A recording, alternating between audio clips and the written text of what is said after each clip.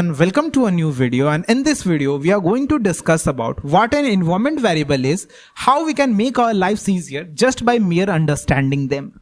So environment variable is a dynamically named value which influences how our operating system or the application behaves. So by influence, I mean that it stores the executable of our system. It often stores the settings or the configuration changes which are defined by the user, which means that it even stores the current theme toggle of your application. For example, you are in dark mode or you are in light mode. Okay. And in cloud environment, it plays a much vital role. For example, it stores sensitive credentials like the API keys in the environment rather than hard coding that in the code itself. Okay. When we talk about some application or operating system specific, environment variables has a dedicated section in the control panel. While in Linux or Unix based environment, it is stored under .bashrc or .zrc file, depending on the shell that you are using. Sometimes it is found in .profile also, and these all three files can be found in the home section of the respective operating system. Okay, but how to make changes or alter it? In Windows, you can use the same control panel setting, but we are going to use the command prompt in order to use it. You can set an environment variable by using the set command, or you can remove it by using the set command again with an empty variable name.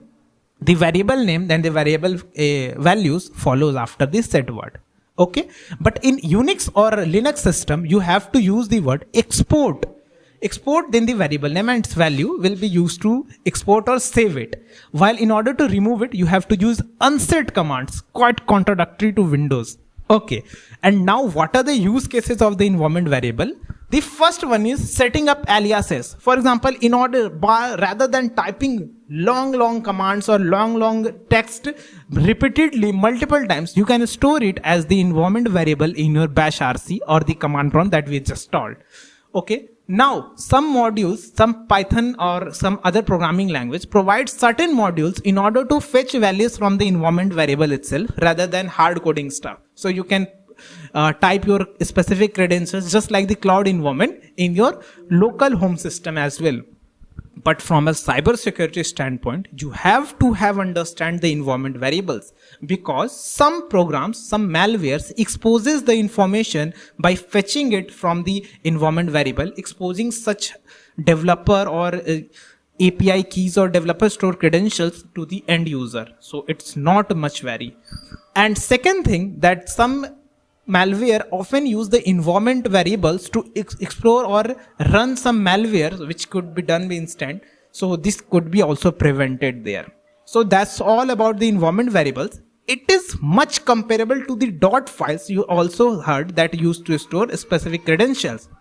The main difference between them are the environment variables are the OS specific, which its scope is much larger and covers the whole OS, while the dot files covers the application specific only. That's the main difference. And I'm very sure that now you have a clear picture regarding the environment variables and slightly better overview of the dot files. And I'm very sure that you will subscribe to this channel. Thank you very much.